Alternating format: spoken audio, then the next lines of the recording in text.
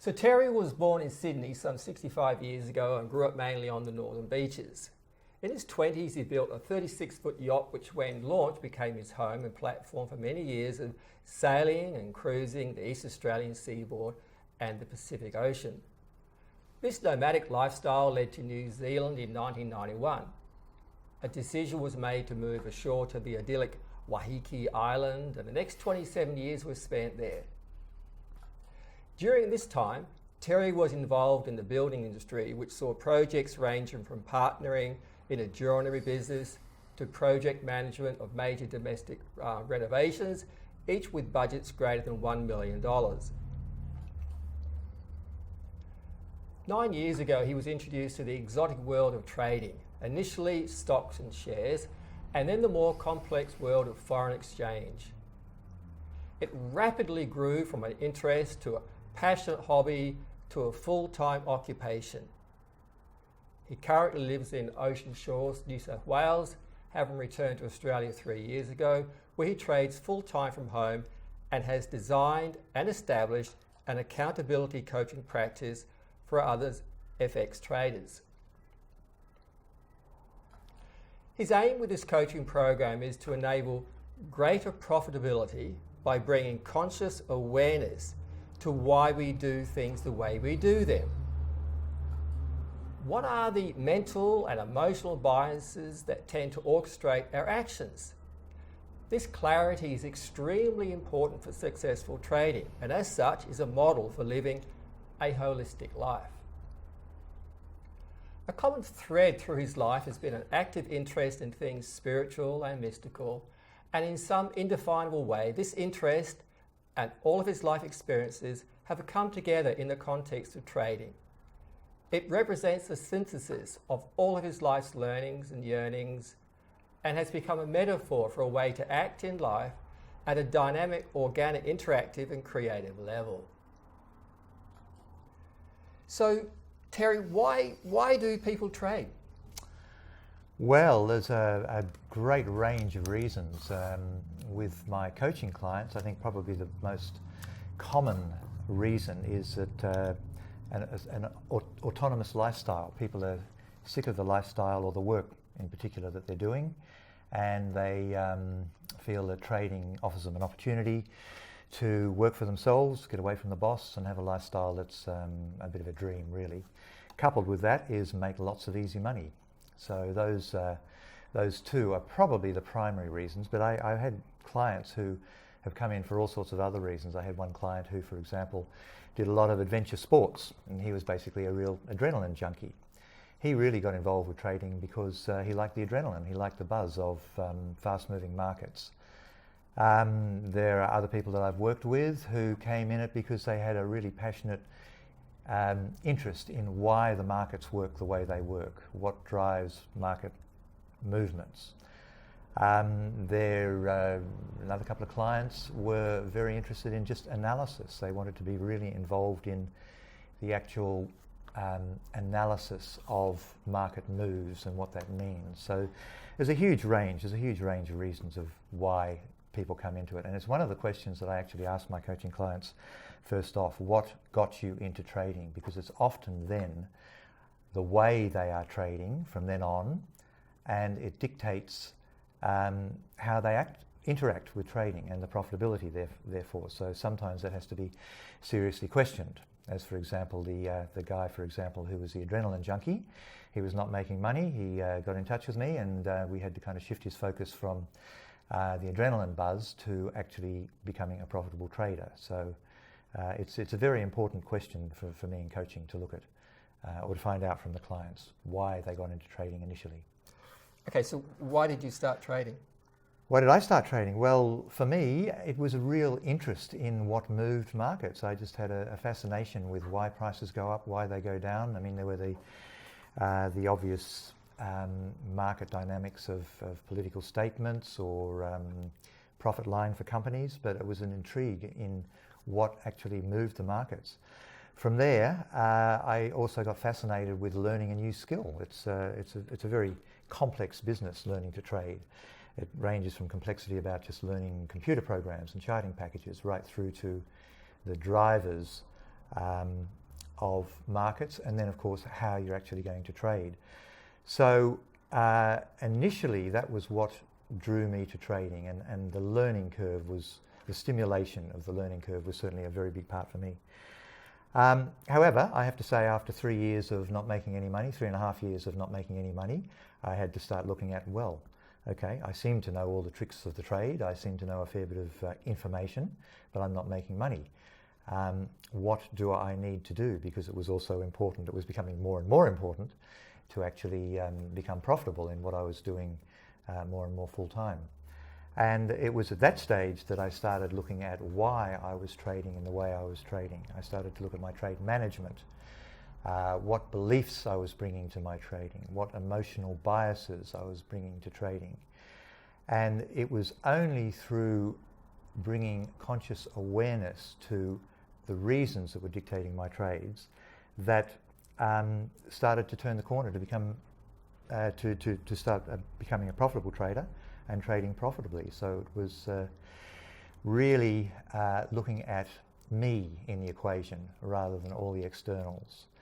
And from that I got to see that trading actually involves a huge amount of elements that are who we are as people, how we live our lives, how we react to situations, or how we respond to situations, or how we are creative with situations. So I began to see it more and more as a metaphor for life, really, that the attributes that were necessary for trading were also the attributes that are necessary for a holistic life approach. So what are some of those attributes? Being consciously aware of what I'm doing in the moment is probably the main one. So that means looking at reality as it is, not how I think it is, or how I think it might be, or how it even should be, but really coming down to the reality of the situation. In terms of the markets, it's what's happening now. It's not what I necessarily think is going to happen. It's a real appraisal of what's actually happening now. So there's a real be here now, if you like, element to those attributes. Also, it's a understanding of some of the drivers in my life. Security, for example, is a pretty big one. Money tends to represent security. So I'm actually, with trading, dealing with something that gets to a very core issue of how safe I feel in the world. And because trading involves winning and losing, if I have a string of losing trades, how does that make me feel in terms of my security in the world? Certainly there's a financial lack of security if I'm losing trades, but there's a bigger picture to that. It's how I relate to safety in the universe. Also within that context, I should mention that winning and losing is a very, very important thing or aspect of trading and of life generally. We have been brought up in a culture where winners are the preferred way of doing things. Winners are winners. We go through an education system where you have to pass exams, you have to be successful in your business enterprises. If you have the right kind of car or house, then you're a winner in society. So winning is such a big part of the culture that we're brought up in.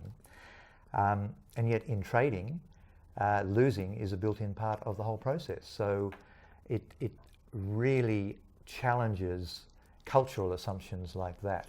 It meant for me that I really had to look at what losing means. Does losing mean I am a loser? What does it mean? And in the end, once again, it tends to bring one back to the reality of what's happening now. The winning and the losing will follow on from being very, very clear about what's actually happening now. And the winning and the losing is actually not that important. What becomes important is to act flawlessly. Given this trading strategy that I might have in a particular situation, the very best that I can do is to act flawlessly, act according to my trading strategy, and the result will be what it will be. That's the best that I can do, and that's a perfect metaphor for how I feel is a good way to actually live my life.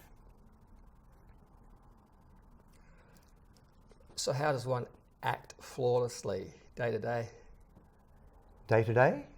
If it's a metaphor for life, yeah, then how... In trading? Well, if it's like a metaphor for life, acting flawlessly, then how would you apply that just in a day-to-day situation?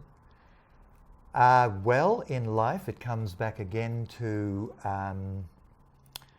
seeing what the situation really is at the moment, what the reality of the situation is, and then acting from that as clearly and as cleanly as I possibly can, perhaps as creatively. I was thinking of an example this morning driving up here. I'm in a situation, for example, driving a car, and this is a hypothetical example, but I was thinking about it this morning. You're in a car, you've got to go somewhere, got to be somewhere for an appointment, a lot of traffic, you're being held up, lots of red lights and so on. Now, what's my reaction or response to that? My reaction might be frustration, annoyance, road rage, any number of reactions to an external situation. Alternatively, I might have some more creative responses. I might accept that there's a delay, there are hold-ups on the road, I'm going to be a little bit late. So I might put a podcast on and listen to something that's a little bit more uplifting, actually use that time constructively. So that might be a response to the situation. Or I could get quite creative with the situation. I could accept that I'm going to be late for the appointment, so I can make a couple of phone calls and set up with the person that I'm going to be meeting that I am going to be late. I can start looking for alternative routes to get to where I'm going to get to. So there are really three responses that I can make, and they really all boil down to how clear I am about the situation and what's the most appropriate response I can make. That's absolutely true in trading as well, which is why I'm looking at trading as a metaphor for life, that what's the most appropriate thing that I can do with this particular situation, being clear about the situation and then having a creative response to it. So earlier we talked about like why people get into trading. Yep. So could we explore like some of the reasons why people get into trading and what problems they might actually get from having drivers which don't work for them? Well, a lot of it will come down to personality types. Their particular people's reasons for getting into trading will come down to their personality types. Sorry, you've got a question there? No? So that might dictate their particular bias. As I mentioned, the person who was a bit of an adrenaline junkie, he liked excitement. He was a particular personality type that liked quite a lot of excitement, quite a lot of movement, being quick on his feet, reflexive. So that was the input for him. I think, as I mentioned, the two primary ones are self-autonomy, in other words, working for yourself, and money. So as a core belief, a lot of people are really looking for a way of being more authentic in their life. So for them, they are perhaps seeing that as not working for the boss, not compromising their work situation. They feel that it would be much fuller life for them to be able to work for themselves, and trading is a very, very accessible way of doing that, or it seems to be a very accessible way of doing that. Tied into that is the belief, the cultural belief, that trading is easy money. And so someone wants autonomy and they want to actually make a good living. There you go. So in that sense, there's a little bit of a belief of getting something for nothing as well, which is, or traders will find out that doesn't actually work out, but they're coming from a belief that there is easy and good and abundant money to be made in trading. So what would you say to people who are already trading? And what would you say to people who have an interest in trading based upon those beliefs? Well, to all people that are trading, I think at some point there comes the bottom line. Okay, I'm trading, I'm enjoying what I'm doing, or maybe I'm not enjoying it so much, it's not the way I thought it would be, but I'm not making money. In the end, if you're going to be trading full-time, which is not required, but if you are going to be trading, bottom line, you still want to have it as a profitable occupation. Now, the stats are very, very approximately 90% of people that start trading blow up their accounts. It's only about 10% of people that take up trading that can actually turn it into a profitable occupation. So the majority of people taking up trading hit that brick wall at some point in time. How can I make my trading profitable? What do I have to do? Who do I have to be? And this requires introspection.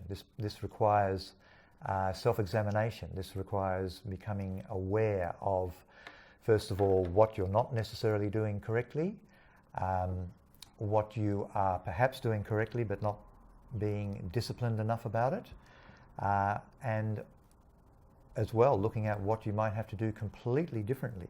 So it's a point of questioning, querying, looking at who you are with your trading. So it's not something that I would say I advise people to do simply because it's a compulsory part of trading. It's inevitable that you will need to look at why you're trading in the way that you're trading if you reach that brick wall of somehow I've got to make this a profitable enterprise. So the changes they need to make, are they like at the level of identity, values, beliefs, or behavioural? Values, absolutely, very definitely values, and that leads on to behavioural as well. As mentioned, one of the values that might have to become more important is the value of actually being a profitable trader over the value of understanding how the markets work, for example, as an example. There are many traders who just love the analysis side of trading. They really look at why a particular currency pair is moving in the way it's moving, what it's going to do. The whole analysis thing comes down to,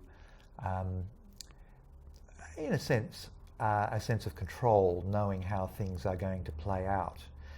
Now, that's a completely valid and important part of trading, and it's a value. However, that particular value might have to become a little less important so that the value of trading profitably goes a little bit higher, and therefore if becoming profitable in your trading becomes a higher value, this will affect the behaviours that are inherent with your trading. You might have to change some of your behaviours. You might have to create completely new behaviours. But awareness, bringing awareness is the primary factor in all of this, bringing awareness to your trading so that you can actually review not only your trades but review how you responded in a particular situation, what your belief was in a particular situation, what your emotional bias might have been, what your perceptual bias might have been. So it's a matter of examination brought about by shifting values, and through that examination then behavioural change can be brought about. So someone loves the analysis, they love playing with the data, it's just great, but they don't make money. Yep. So you've just given a bit of an explanation there, but how specifically does a person actually make that shift so that they now have a greater value on being profitable? How does that become number one, a driving value, and the analysis becomes secondary? How do you know that you've actually made that shift? Well, it probably becomes more of a primary criteria simply because the mortgage is due. But does that make the shift? It doesn't make the shift, but it brings a different priority to what you're doing, therefore a questioning of values. And I think that's inevitable with trading. I think at some point, as I've mentioned before. So how do you question the value? It's not a matter of even questioning the values, it's that new values emerge. They're self-emergent. if you enjoy the analysis side of trading, but you're not making money, eventually making money has to, if you need money, I mean, obviously, you know, if you're a millionaire, then sure, you can play around with being an analyst for the rest of your life. But if money is a priority, and for most of it is at some level, then it automatically comes in. You have to start looking at, well, how am I going to pay the mortgage or the rent? Can I stay trading? And it means then, okay, what are my values here? Maybe trading is not right for me. I would love to continue doing it. Maybe trading isn't. Maybe I need to look at other sources of income. And for example, with that analyst, for example, if it's not necessarily true that he has to become a good trader. If he's a very, very good analyst, he could start looking at using his analysis skills as a money-earning venture. But the primary new value that's kicked in is his acknowledgement, his awareness that I need to support my family. I need to be responsible.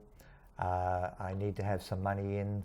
I want to be able to go on holidays. There's a whole lot of financial issues that start kicking in that are going to become more important. In other words, a more important value than the analysis.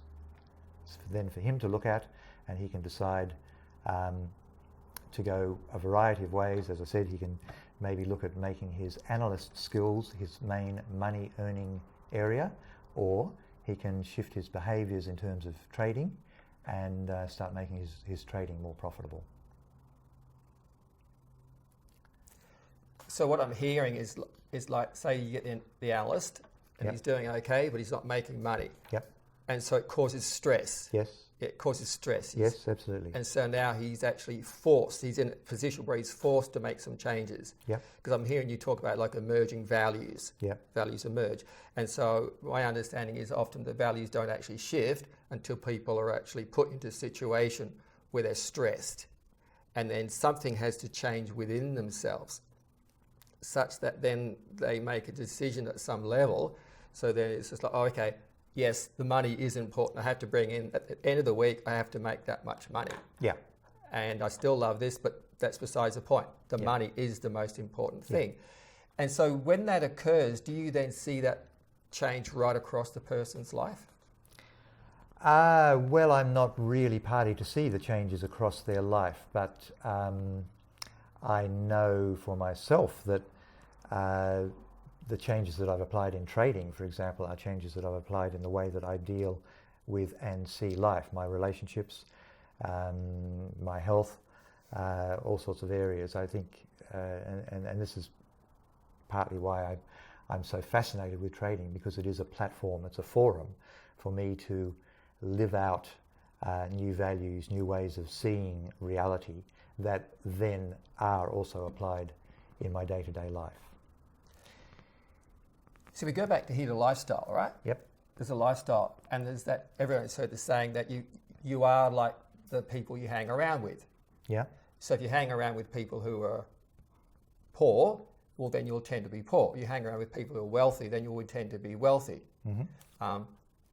So when the person's values shift, so if the guy's a great analyst or whatever, he's great with doing all the Yep. analysis, his friends, his lifestyle might somehow reflect that, I'm thinking. Yes. But then when he actually then makes the decision, okay, I've got to bring in money for myself and the family, I'm just wondering what the lifestyle change would be. What would someone from the outside actually see? Well, potential lifestyle changes might be that he would have less contact with people who are negative, derogatory about trading. There's a lot of concept about trading that it's really just gambling. So he might have to look at the friends or the associates that he has and decide that that's not actually, they're not actually adding value to his life. So yeah, that's certainly an area in his life, this particular trader's life, where he might have to make a few compromises or a few choices and limit the contact with certain people, but also create new contacts with other like-minded people as well. So It's a moving, it's a shifting. The whole thing becomes a shift from one paradigm to a new paradigm. So you do accountability coaching. Yeah. Do you have like selection criteria for who you work with? Section? Selectional criteria. Selectional. Yes, I do actually. The clients that I really enjoy working with, and I think that benefit most from what I've got to offer, are people that have reached this particular point in their trading where they realize that they have to put themselves in the equation. They have to start looking at why they're trading the way they're trading, what their beliefs are, what their emotional biases are. So they've reached a point where they're beyond looking for the next indicator. They're not looking for the holy grail of trading anymore. They've seen that basically prices go up, prices go down. There's profit to be made, money to be made in all of those movements, but for some reason they weren't there. They weren't there. So how can they put themselves into the equation of price movement? And that means self-awareness and self-examination. So they're the ideal clients, people that have reached that particular point and have also acknowledged that, okay, I'm not quite sure how to do this. There must be techniques, there must be methods, accountability coaching, that sounds interesting. I can see that I might need accountability here to keep me on track, and also a few new ideas or inputs on what I'm doing and how I'm doing it. An independent review, if you like, or an independent view of what I'm doing and what I'm not doing. When I hear words like being present and conscious awareness, it just makes me think like it's actually a meditative practice, meditative discipline. It pretty much is. It's very much in the zone. A lot of very, very good traders talk about being in the zone, in the flow, as you'd know about with NLP. And absolutely, practices like that become very, very important to put oneself in a place of commitment to trading. In other words, obviously dedicated time, but also in a mental and mind space where this is what's happening, this is it. Now, on a physical basis, yes, you can organise that fairly easily. You can turn your phone off, you can have the door closed, you can make sure there are no interruptions, but there are so many other much more personal habits, if you like, that you can start building in. Do a little meditation practice before you start trading. Have a little process or dedication before you start trading. All sorts of systems like that add to your trading ability and your opportunity to get into the zone. And also noting what's drawing you out of the zone. Quite often, for example, I might come and start a trading session, and I often trade quite actively the Europe and the London Open. And for me, where I am, it's the end of the day. It's 5:30 in the afternoon, going on for the next couple of hours. So I've already had a day of activity, so I'm tired. Or there is a possibility that I'm tired. So I have to do something before that period, which is actually physically invigorating. So a walk or a swim or something like that. Very, very physical. But a practice like that becomes important. And then to sit down, meditate for a wee while, and start trading, but then to note whether I'm actually in the groove or not, if I'm in the zone. And if I'm not in the zone, to reassess, restart, or to do some other activity that at least gives me a breather to come back into a trading space. But certainly being in the flow is incredibly important. Intuition is a very important part of trading. However, you can't just summon up intuition. You've got to be in a more meditative state to actually feel the flow that's actually happening. And I'm beginning to sound a little bit esoteric with that. After all, the price is still just going up and going down on the computer screen. But there is a connection that can be developed with what's actually happening, which is what I call in the flow. Yeah, flow's very important. Yeah. Flow's very important. Yeah. I just thinking of martial arts and in across Asia, across China and Japan. Yeah. The monks used to practice Tai Chi and martial arts. Yeah. So they practiced a really violent martial art, but they were meditators. Yeah. And it was just like in that world, they needed to be able to defend themselves. Yeah. And so for them, their meditation was a martial art. It was Tai Chi or other practices. Whereas here, I'm hearing that your meditation practice is trading. Yes, in a way, yes, absolutely. And it could be for others, it's like, well, their lifestyle. So for each and every one of us, my understanding is that we all really need to learn how to get into the flow, Yep. what knocks us out, what gets us into flow, Yep. and that meditative practice is really important. Yeah, yeah. Before the practice and actually during the practice as well. Yeah, 24-hour thing. 24-hour thing. Therefore, trading is a metaphor for life. Absolutely. Yeah.